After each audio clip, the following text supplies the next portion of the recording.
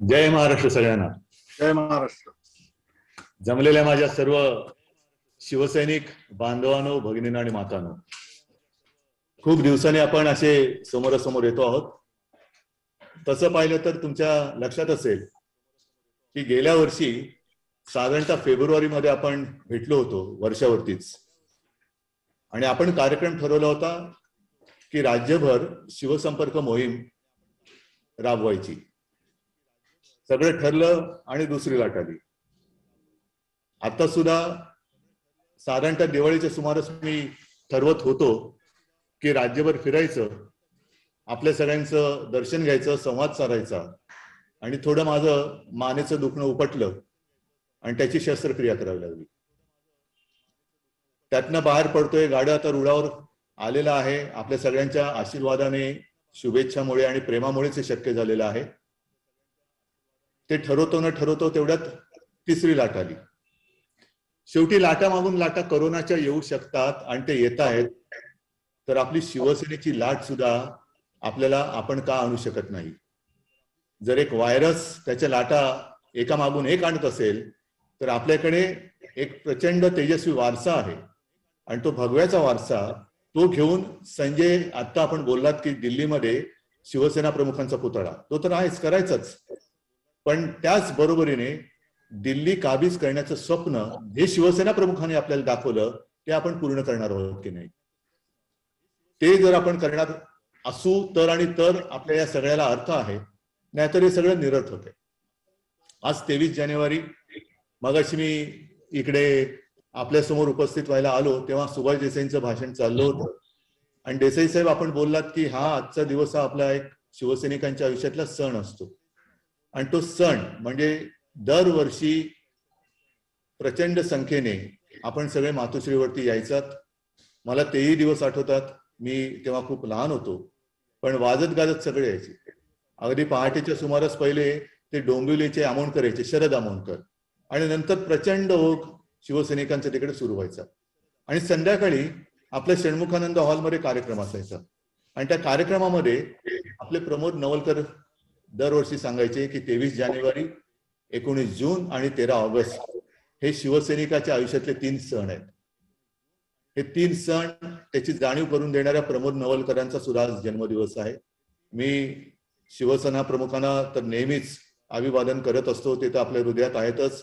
नवलकर काय, शिवसेना प्रमुखांचे ते सगळे साथी सोबती, ज्यांनी खांद्याला खांदा लावून महाराष्ट्र पिंजून काढला, शिवसेनेची बीज रोवली, आणि त्या बीजाचं झालेलं महावृक्षात रूपांतर आणि त्या महावृक्षाला आलेली फळं ही आज आपण चाखत आहोत. म्हणून त्या सर्वांना म्हणजे नवलकर आहेत. आणि असं काही नाही की प्रत्येक वेळेला जन्मदिवस असला तरच अभिवादन करायचं, नाही, त्या सर्व त्या पिढीतल्या सर्वांनाच, ज्यांच्या कष्टाने आज आपल्याला हे दिवस दिसत आहेत, त्यांना सगळ्यांना मी विनम्र अभिवादन करतो. आणि जो आपला रिवाज आहे की संध्याकाळ म्हटल्यानंतर एकत्र भेटायचं, तो रिवाज मोडून चालणार नाही. आज आपण प्रत्यक्ष भेटू शकत नसलो तरी सुद्धा या एका तंत्रज्ञानाच्या प्रगतीमुळे आपण भेटू तर शकतोच आहोत. या भेटीला कोणी अडवू शकत नाही. ना गर्दीचं बंधन, म्हणजे किती ठिकाणावरनं तुम्ही जॉईन व्हायचं याला काही बंधन नाहीये. एका ठिकाणी जमण्याला थोडंसं बंधन आहे, आणि मास्क घालणं हे अनिवार्य आहे, हा भाग वेगळा. आज मी तुमच्या समोर तसं पाहिलं तर खूप दिवसानंतर आलेलो आहे. मधला 1 महिने हे माझे त्या शस्त्रक्रियेनंतर उपचारामध्ये गेले. आज सुद्धा माझं थोडंसं नाही म्हटलं तरी फिजिओथेरपी चालू आहे, पण लवकरात लवकर मी बाहेर तर पडणार, महाराष्ट्र पिंजून काढणार, आणि तुमच्या सोबत तुमच्या साथीने जे भगव्याचं तेज आहे ते आज संजय आपण जे बोललात की जे विरोधक माझ्या तब्येतीची काळजी घेत आहेत, त्या काळजीवाहू विरोधकांना ते तेज मी भगव्याचं दाखवणार आहे. जसं काळजीवाहू सरकार असतं तसं हे काळजीवाहू विरोधक आहेत, आणि स्वतःच्या काळजीने त्यांचा अंत होणार आहे. त्याच्यामुळे त्यांची चिंता करण्याची गरज नाहीये. हे काळजीवाहू विरोधक हे कोणी एकेकाळी आपले मित्र होते, हे नाही म्हटलं तरी आपले दुःख आहे. याचं कारण आपण त्यांना पोचलंच.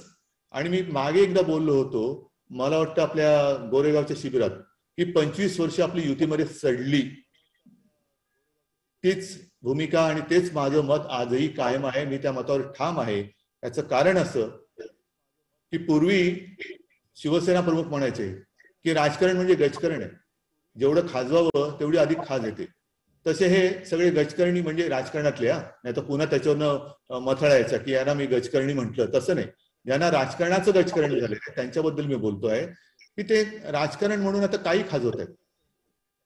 आपण यांच्यापासून का दुरावलो की त्यावेळेला शिवसेना प्रमुखांनी आपल्याला एक दिशा दाखवली की हिंदुत्व हिंदुत्व हिंदुत्व हिंदुत्व कशासाठी? हिंदुत्वासाठी आपल्याला सत्ता पाहिजे होती. म्हणजे हिंदुत्वासाठी सत्ता की सत्तेसाठी हिंदुत्व, हा एक प्रश्न. आजचं यांचं जे पोकळ हिंदुत्व आहे ते सत्तेसाठी अंगीकारलेलं एक ढोंग आहे. होय, तसंच आहे. हा एक जसं एक वाघाचं कातडं पांघरलेलं काय गाढव म्हणा शेळी असते, तसं यांनी हिंदुत्वाचं कातडं पांघरलेलं आहे. हे आता आपल्या लक्षात आलं, 25 वर्षांना पोहोचल्यानंतर लक्षात आलं. हे दुर्दैव आहे. कारण आपण त्यांच्यापासून, मग लोक म्हणतील तुम्ही काय करतात, आम्ही काय करतो. अनेकदा आपल्यावरती टीका होते की तुम्ही हिंदुत्व सोडलं. आम्ही हिंदुत्व नाही सोडलं. मी पुन्हा एकदा सांगतो, जे मी अयोध्येत हा प्रश्न मला विचारला होता, मी बोललो होतो की आम्ही हिंदुत्वापासून कदापि दूर जाऊ शकत नाही, शकणार नाही. हिंदुत्व आम्ही कधी सोडू शकत नाही, सोडणार नाही. आम्ही भाजपला सोडलं, हिंदुत्व सुटलेलं नाही. भाजप म्हणजे हिंदुत्व नाही, त्रिवार नाही, कदापि नाही. कारण त्यांचं हिंदुत्व हे दिसतंय, म्हणजे त्यांनी वाटेल ते करायचं. आता सुद्धा आपल्यावरती टीका करताना सांगतात की तुम्ही आमच्यासोबत युतीत लढलात, हा लोकशाहीचा अपमान आहे, ही लोकशाही नव्हे. ठीक आहे, मी मागेही त्यांना उत्तर दिले. हे पुन्हा पुन्हा का सांगतोय मी? कारण ते मध्यंतरी त्यांच्या अमित शहा पुण्यात येऊन गेले आणि आपल्यावरती टीका करून गेले. आपल्याला सांगितलं हिंमत असेल तर एकट्याने लढा. ठीक आहे, मी दसऱ्याच्या मेळाव्यात तेही आव्हान स्वीकारलेलं आहे. एकट्याने लढायची आमची तयारी आहे. शिवसैनिक आहोत, मर्द आहोत, आम्ही शंड नाहीत. आम्ही एकट्याने लढू, वीरासारखे लढू. पण ही लढाई करताना तुमचे अधिकार जे आहेत तुम्ही ते वापरायचे नाहीत. आम्ही आमचे अधिकार सत्ताधारी म्हणून वापरणार नाही. हिंमत असेल तर कार्यकर्ते आणि कार्यकर्ते पक्ष म्हणून राजकारणात जसे भिडतात तशी भिडा, मग बघून घेऊ आम्ही कोण सरस आणि कोण काय होते. पण आव्हान द्यायचं आणि मागे मग ती ईडीची पिढा लावायची, इन्कम टॅक्सची पिढा लावायची, हे शौर्य नाहीये. हे शौर्य नाहीये. याला शिवसेना प्रमुख असते तर ती त्यांची भाषा मी म्हटलं ना की ती आहे. पण तुम्हाला मी म्हटलं शिवसेना प्रमुख असते तर काय म्हटलं असतं, याच्यावरून तुम्हाला कळेल की काय म्हटलं असतं. त्याला ते म्हणतात. त्याच्यामुळे त्यांनी तशी आव्हानं देण्याची गरज नाहीये. प्रश्न काय येतोय की आपण आता पुढे चाललेलो आहोत. पुढे जात असताना ज्याप्रमाणे आपल्याशी हे सगळे पक्ष वागले, मग तो भारतीय जनता पक्ष, त्यांची नीतीच ती आहे, म्हणजे वापरायचं आणि फेकून द्यायचं. ते दिवस आठवा ज्या वेळेला यांचे डिपॉझिट जप्त होत होतं, तेव्हा यांनी प्रादेशिक पक्षांची युती केली. म्हणजे आपल्याशी केली, अकाली दलाशी केली, ममता बॅनर्जीशी केलेली, समता, ममता, जयललिता हे सगळे पक्ष सोबत घेऊन अटल बिहारी वाजपेयींनी तेव्हा सरकार चालवलं होतं. आपण एक दिलाने त्यांना साथ दिली की काही करा, तुम्ही तर तुम्ही, पण भगवा फडकलाय तो उतरू देऊ नका. आता तो भगवा, त्या भगव्याचा रंग आता एकदम पुसट होत चाललेला आहे. आणि मी जो एक शब्द वापरला मध्ये, नवहिंदू, हे नवहिंदू आणि नवहिंदुत्ववादी हे हिंदुत्वाचा वापर स्वतःच्या स्वार्थासाठी करायला लागलेले आहेत. हिंदुत्व हे कुठेही गेलं तरी हिंदुत्व आणि हिंदू हे एकच राहणार. त्याची व्याख्या, त्याचा अर्थ हा एकच राहणार. सोयीप्रमाणे बदलणारं हिंदुत्व हे आमचं हिंदुत्व नाही, कदापि नाही. सोयीप्रमाणे बदलणार म्हणजे कसं? सत्ता पाहिजे म्हणून इकडे हिंदुत्ववाद्यांशी युती, सत्ता पाहिजे म्हणून तिकडे मेहबूबा मुफ्तीशी युती, सत्ता पाहिजे म्हणून संघमुक्त भारत म्हणणाऱ्या नितीश कुमारशी युती, सत्ता पाहिजे म्हणून ज्या वेळेला मोदी हटाव या एका वाक्याला साथ देणाऱ्या चंद्रबाबूशी युती. हे आपलं हिंदुत्व नाही. अगदी आता जरी म्हटलं तरी आम्ही जेव्हा म्हणतो की समान नागरी कायदा पाहिजे, म्हणजे काय? एक देश, ते काय म्हणायचे ना, एक निशाण, एक विरान, एक हे एक ते. तर कुठे आता हिंदुत्व म्हणून काही राज्यांमध्ये गोवंश हत्याबंदी, पण मतं पाहिजेत म्हणून तिकडे त्या गोवंश हत्याबंदीचं नामोनिशाण नाही. हे हिंदुत्व असू शकत नाही. जर खरे मर्द हिंदू असाल तर अगदी काश्मीर पासून कन्याकुमारी पर्यंत एक धोरण घेऊन पुढे चला. तुम्ही सोयीप्रमाणे जे काही करता आहात, आम्ही लोकशाहीचा अपमान केला. काय केला की तुम्ही जे आमच्याशी ठरवलं होतं ते वचन मोडलं आणि आम्हाला गुलामासारखं वागवण्याचं जे तुमचं स्वप्न होतं ते आम्ही मोडून टाकलं आणि केली काँग्रेसची युती, केली राष्ट्रवादीची युती. आम्ही जे केलं ते सूर्य उगवल्यानंतर केलं. सूर्य उगवण्याच्या आधी आम्ही शपथ घेतली नव्हती. आम्ही सूर्य उगवल्यानंतर शपथ घेतली, किंबहुना संध्याकाळची शपथ घेतली. म्हणजे संपूर्ण दिवस गेल्यानंतर छत्रपती शिवरायाच्या साक्षीने आणि त्यांच्या आशीर्वादाने शिवतीर्थावरती मर्दासारखी युती आम्ही शपथ घेतली, चोरून मारून नाही घेतली. हे आमचं हिंदुत्व आहे. आम्ही करतो ते उघडपणाने करतो.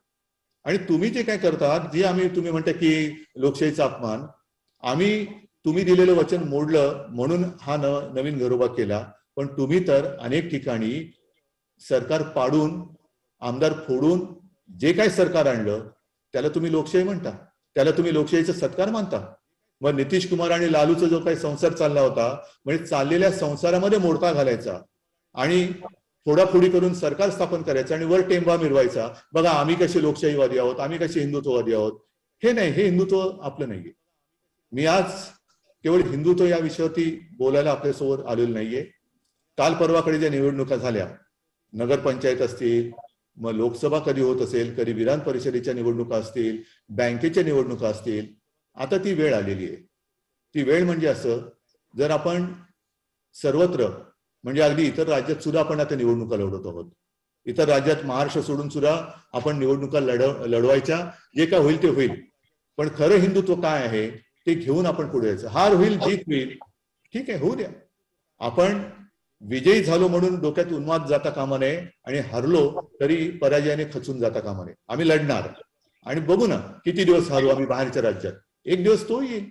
जसा भारतीय जनता पक्षाच्या आयुष्यात आलेला आहे तसा आमच्याही आयुष्यामध्ये येईल आणि आम्ही तो आणू एवढी जिद्द आम्हाला शिवसेना प्रमुखांनी दिलेली आहे. पण या ज्या काही निवडणुका आहेत त्यांचा आता निकाल लागल्यानंतर एक गोष्ट खरी आहे, एकतर आपण सर्व जागा लढवल्या नव्हत्या. आपण काही ठिकाणी आघाडी केली होती, काही ठिकाणी आघाडी झालेली नव्हती, सर्व जागा लढवलेल्या नव्हत्या. आणि मग जे काय वृत्तपत्रातून मथळे आले, काही ठिकाणी लेख आले की शिवसेनेचं असं का होतं, कसं काय होतं. आम्ही निवडून जे काही आमचे नगरसेवक किंवा सदस्य आलेले आहेत त्याचा जर का एक ढोबळ अनुमानाने जर का आढावा घेतला तर ठीक आहे. आज त्या मानाने जर का बघितलं तर आम्ही नंबर 4 वर आहोत, नंबर 4. पण जागा किती लढवल्या होत्या आजपर्यंत? जेवढ्या निवडणुका आम्ही लढवलेल्या आहेत, ह्या नगरपंचायत असतील, नगर परिषदा असतील, मग पंचायत असेल, काय असेल त्याच्यात कदाचित मला असं वाटतं की आजपर्यंत आलेल्या सर्व लोकप्रतिनिधीमध्ये यावेळेला आपले जास्त निवडून आलेले आहेत. मग युतीमध्ये जे काही लढलो होतो त्याहीपेक्षा जास्त आलेले आहेत. पण हे समाधान याच्यावरती मी मानायला तयार नाहीये. आपण आपलं एक काय चुकतं, आपण खाईन तर तुपाशी नाही तर उपाशी. म्हणजे काय, लोकसभा आणि विधानसभा ज्या एका जिकरीने लढवतो, जिद्दीने लढवतो, तेवढ्या जिद्दीने ह्या निवडणुका लढवत नाही. मग माझ्यासह आपले नेते असतील, आता आपले मंत्री आहेत, जिल्हा प्रमुख आहेत, त्या निवडणुकांकडे फारसं लक्ष देतात का?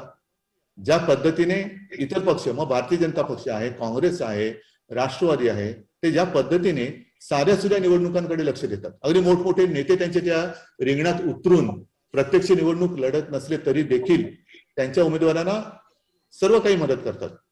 तशी आपल्याकडनं होत नाहीये. मग ती मी म्हणतो ना, माझ्यापासून सुरुवात करतो. मी पण त्या तसं पाहिलं तर गुन्हेगार आहे. मी तरी कुठे फिरलो. यावेळेचा भाग वेगळा होता, पण इतर वेळेला मी सुद्धा तसं काही लक्ष दिलेलं नाहीये ना. आपल्या कोणत्या नेत्याने एखाद दुसरं सोडलं तर लक्ष दिलेलं असेल. तर हे यापुढे आता टाळलं पाहिजे. आपल्या आतापर्यंत या गेल्या 2 वर्षात 2 विधान परिषदा आपण हरलेलो आहोत. कशा हरलो? मग काही जण सांगतात की तुमच्यातच गद्दारी झाली. मला नाही वाटत. जे शिवसेना प्रमुख म्हणायचे तशी आईचं दूध विकणारी अवलाद आता आपल्यामध्ये आहे असं माझं मत नाही. आणि असेल तर त्याने अशी गद्दारी करण्यापेक्षा बिनधास्तपणाने शिवसेना सोडावी. बघून घेऊ आम्ही. जे शिवसैनिक कट्टर आहेत त्या कट्टर शिवसैनिकांच्या मदतीने मुठभर राहिले तरी चालेल, पण त्या मुठभर शिवसैनिकांच्या मुठीमध्ये मी अभिमानाची आणि स्वाभिमानाची तलवार देऊन जिंकून दाखवल्याशिवाय राहणार नाही. या जिद्दीने मी मैदानात उतरलेलो आहे. असतील मुठभर, पण निष्ठावान आहेत. शेवटी लढाईमध्ये हार जीत ठरते ती निष्ठावानावरती ठरते.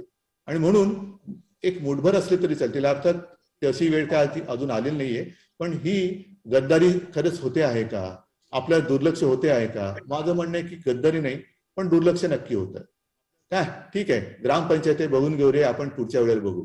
नाही, ज्याप्रमाणे आपल्या इतर प्रतिस्पर्ध्यांनी आणि आता आपले ज्या सोबती आहेत त्यांनी सुद्धा गावागावात, जिल्ह्यात, तालुक्यात संस्थात्मक कामं केलेली आहेत, संस्था उभारलेल्या आहेत. आज आपली सत्ता आहे. मी तुमचा पक्षप्रमुख मुख्यमंत्री आहे, पण किती जणांना माहिती आहे याच्यामध्ये सहकारमध्ये आपण काय करतो आहोत, संस्था नवीन उभ्या करण्यामध्ये काय करतो आहोत. मी मुख्यमंत्री झाल्यानंतर अनेक वेळेला नुसती जी काही पत्र येतात ती पत्रांचं तुम्हाला मी एक हे सांगेन. आता तसं बोलण्यासारखं ते नाहीये. पण तेवढ्यावरतीच आपण समाधानी आहोत. बाकीची सर्व इतर जण गावामध्ये संस्था पाहिजे, चांगले कारखाने, ते सुद्धा नियम बाह्य पद्धतीने नाही, अजिबात तसं मी एकही होऊ देणार नाही. पण तसं आपण का संस्थात्मक कामं करत नाही? मग त्याचे सभासद असतात, ते सभासद त्या संस्थेला बांधील असतात, ते बांधील म्हटल्यानंतर त्यांना ते मत देणं प्राप्त आहे, त्यांना ते द्यावंच लागतं. तर अशी काहीतरी कामं ह्या सत्तेचा तुम्ही दूरगामी कसा उपयोग करता येईल, नुसतं दंड थोपटायचे, बेडक्या फुगवून दाखवायचे, एक हाती सत्ता आणि दोन हाती सत्ता, त्या हातांमध्ये बळ नसेल तर किती हात तुम्ही एकत्र आणले तरी काही होऊ शकत नाही. तुम्ही ही जी काही आपल्याला संधी मिळालेली आहे, मोठी स्वप्न आपण बघतो आहोत, पण ही जी काही संधी मिळालेली आहे त्या संधीचं सोनं केलं पाहिजे. संधीचं सोनं करा. बारक्यासारख्या गोष्टींमध्ये आता ते तर आहेच, अन्यायाविरुद्ध जेवढी शिवसेना लढते, जसं आता संजय तुम्ही म्हणालात की शेतकऱ्यांचा जो लढा, तसा आपण लढ्यामध्ये कधीच मागे पडलेलो नाही. महाराष्ट्रामध्ये लढणारा हा एकच पक्ष आहे आणि त्याच्याकडे शिवसैनिकांसारखं बळ आहे. असं बळ क्वचितच एखाद्या पक्षाकडे, प्रादेशिक पक्षाकडे जरूर असते. अगदी ममता बॅनर्जींकडे आहे. ती बघा, एक बंगालची वाघीण, आपण घोषणा देतो कोण आला, शिवसेनेचा वाघ आला. तो वाघ वाघासारखा जगला पाहिजे. आणि जे शिवसेना प्रमुख आपल्याला सांगायचे की 100 दिवस शेळीचं जीवन जगण्यापेक्षा एकच दिवस पण वाघाचं जीवन जगा. तो वाघ वाघासारखं जर का डरकाळी फोडणारा नसेल तर तो त्यांनी वाघाचं नाव लावू नये, वाघाचं विशेषण स्वतःला लावू नये. वाघ असाल तर त्या बंगालच्या वाघिणीकडे बघा कशी लढली, तिला सुद्धा चहूबाजूने घेरलं होतं, पण असा काही फटका मारला, मला नाही वाटत नजीकच्या काळामध्ये हे तिकडे पुन्हा पिरपिर करायला जाऊ शकतील. त्याला म्हणतात जिद्द, आणि ती जिद्द आपल्यामध्ये आहे, ती जिद्द आपल्यामध्ये आहे.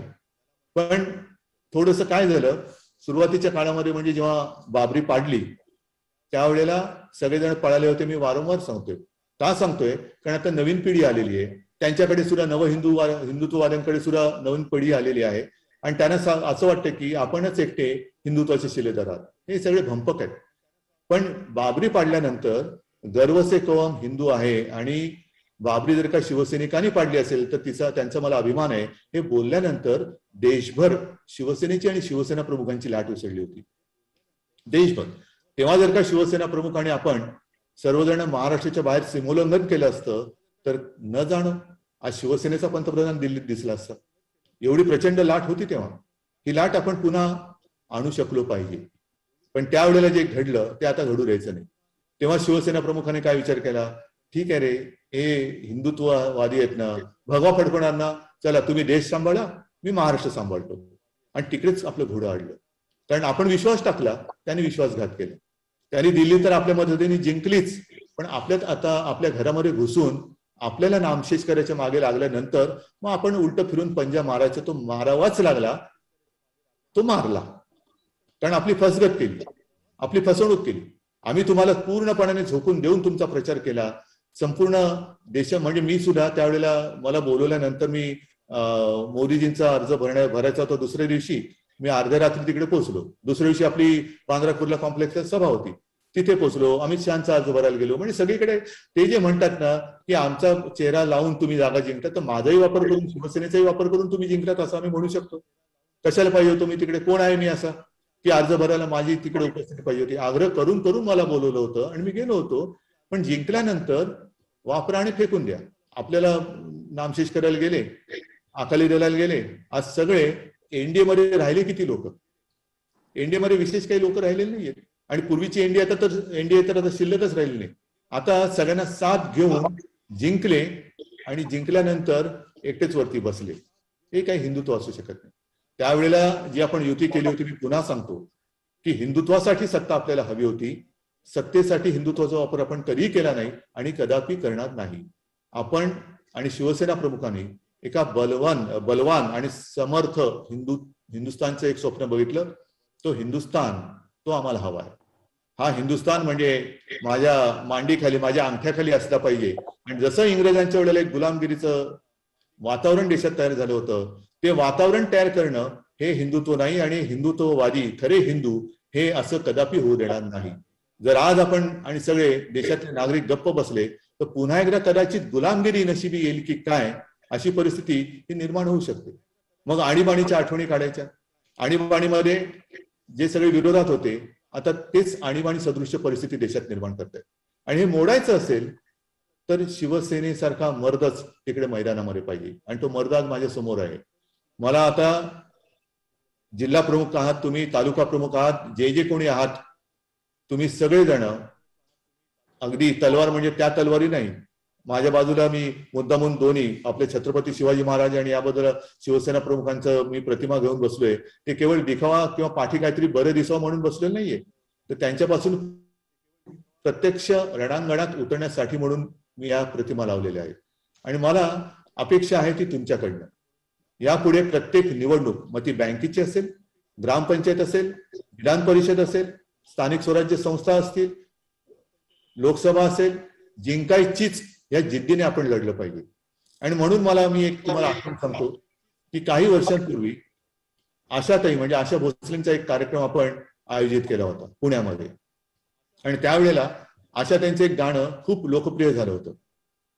आशाताईंचं गाणं लोकप्रिय झालं होतं हे आता बोलणं म्हणजे हास्यास्पद आहे, कारण त्यांचं गाणं कोणतं असं नाही की लोकप्रिय झालेलं नाही.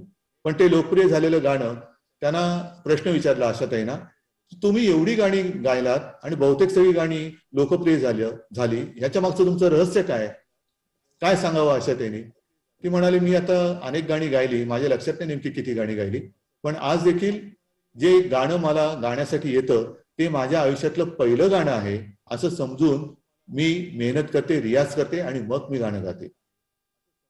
बघा किती साधा आणि मोठा विचार आहे. आपण काय म्हणतो, निवडणूक आली 100% जिंकणार, प्रश्नच नाही. मग संध्याकाळी 5-6 वाजता मतदान होतं, त्याही वेळेला विचारलं, साहेब आली सीट, लागली सीट, जिंकलो, समोरच्याचं डिपॉझिट जाणार. आणि मग दुसरा दिवस उजाडतो, डिपॉझिट जरी गेलेलं नसलं तरी दांडीगुल झालेली असते बऱ्याच वेळेला. मग आपण विचारतो, काय रे काय झालं. मग सांगितलं जातं, साहेब काय सांगू, यांनी गद्दारी केली, त्यांनी गद्दारी केली, तो घरी बसला, तो असं केला. अरे काल निवडणुकीचं मतदान होईपर्यंत 100% जिंकलेला, मग मतपेटीत गेल्यानंतर गद्दारी झाली का? नाही. तर फाजील आत्मविश्वास नडतो, फाजील आत्मविश्वास पाहिजे. जे बाळासाहेब सांगायचे, त्यांना त्यांच्या वडिलांनी म्हणजे माझ्या आजोबांनी सांगितलं की जर तुझ्यामध्ये आत्मविश्वास असेल तर जगाच्या पाठीवर कुठेही जा, तुला मरण नाही. पण तो आत्मविश्वास असला पाहिजे, फाजील आत्मविश्वास असता कामा नये. आणि म्हणून मी आज ह्या बाळासाहेबांच्या आपल्या दैवताच्या जन्मदिनी एवढंच सांगेन, आणि तेही त्यांनीच सांगितलेले, शिवसेना प्रमुखांनी सांगितलेले. काय सांगितलं की तुम्ही सर्व शिवाजी महाराजांना मानताना, होय आपलं दैवत आहे. मग असं समजा की छत्रपती शिवाजी महाराज आज सुद्धा रायगडावरती आहेत, आणि आपण कसं वागलं पाहिजे की ते आपल्या पाठीवरती कौतुकाची थाप मारतील, आणि आपण कसं नाही वागलं पाहिजे की ते आपल्याला टकमकटोक दाखवतील. हे एवढं जरी रोज आपण विचार केला ना, तरी मला असं वाटतं आपण योग्य दिशेने चालू. आणि म्हणून मला आज हेच सांगायचंय की आज सुद्धा आपण मानतो की शिवसेना प्रमुख आपल्यात आहेत आणि आहेतच. जरी ते असे नसले तरी एक त्यांची प्रेरणा, त्यांची चेतना ही आपल्यात आहे, त्यांचं तेज आपल्यामध्ये आहे, नाहीतर आपण इथपर्यंत आलोच नसतो. ही लढाईची जी ईर्ष्या आहे ती आपल्यात येते कुठून? तर असं समजा की शिवसेना प्रमुख आज आपल्यामध्ये आहेत, आणि आपण असं काय केलं तर ते आपल्या पाठीवरती कौतुकाची थाप मारतील, आणि नाही केलं तर अगदी टकमकटोक नाही, पण जो काय निर्णय घ्यायचा ते घेतील. एवढं जरी मला असं वाटतं आपण केलं, तरी मला असं वाटतं की आपली स्वप्न ही केवळ स्वप्न न राहता ही सत्यामध्ये उतरल्याशिवाय राहणार नाही. आणि तेवढं तुम्ही समर्थ आहात, बलवान आहात. फक्त तुम्हाला थोडंसं, म्हणजे मी अनेकदा सांगितलेलं आहे की त्यावेळेला असं म्हटलं जायचं की अशी शिवसेना ही अशी एकमेव संघटना आहे की त्या शिवसेनेत असे शिवसैनिक आहेत की वरच्या मजल्यावरनं उडी मार म्हटल्यानंतर, शिवसेना प्रमुखाने उडी मार म्हटल्यानंतर एक क्षणाचा विचार न करता ते उडी मारतील. पण आपल्याला माहिती आहे आणि माहित होतं की शिवसेना प्रमुख असं कधीच सांगणार नाही की अरे जा रे गच्चीत जाणे उडी मार, मी तुमच्यासाठी जीव द्यायला तयार आहे. ठीक आहे, पण जीव देऊ नको हे ते सांगणार, कारण जीव द्यायला ते कधीच कोणता नेता सांगत नाही. मग त्या जीवाचं नेमकं करायचं काय? तर त्या जीवाचं हेच करायला पाहिजे की आपण अहोरात्र मेहनत करायची आणि आपलं जीवन हे सार्थकी लावायचं. आपला जो भगवा आहे, या भगव्याला एक परंपरा आहे. याही बाबतीत मी मागे बोललेलो आहे की छत्रपती शिवाजी महाराजांनी जो भगवा आपल्याला दिला, तोच भगवा शिवसेना प्रमुखाने आपल्या हाती का दिला? असं काही नव्हतं की आदेशला सांगितलं आदेश जा रे, जरा बाजारात जाऊन कुठलं स्वस्तात मिळतं ते कापड घेऊन ये. मग आदेश बाजारात गेला आणि साहेब हे भगव्या रंगाचं कापड सगळ्यात स्वस्त होतं म्हणून घेऊन आलो. नाही, हे कापड भगवा रंग सगळ्यात मौल्यवान आहे. त्याचं मौल्य, त्याची जी काही किंमत आहे ती पैशात होत नाही. आणि जो मर्द आहे त्याच्या हातात आणि त्याच्या खांद्यावरतीच भगवा शोभतो, म्हणून शिवसेना प्रमुखाने हा भगवा शिवसैनिकाच्या हातात दिलाय. त्या भगव्याचं मोल हे कमी होऊ देऊ नका, त्या भगव्याचं तेज कमी होऊ देऊ नका, त्या भगव्याची ताकद ही कमी तर होऊ देऊ नकाच, पण दिवसागणिक वाढवत चला, एवढीच एक नम्र विनंती आपल्याला करतो आणि तूर्त आपली रजा घेतो. जय हिंद, जय महाराष्ट्र.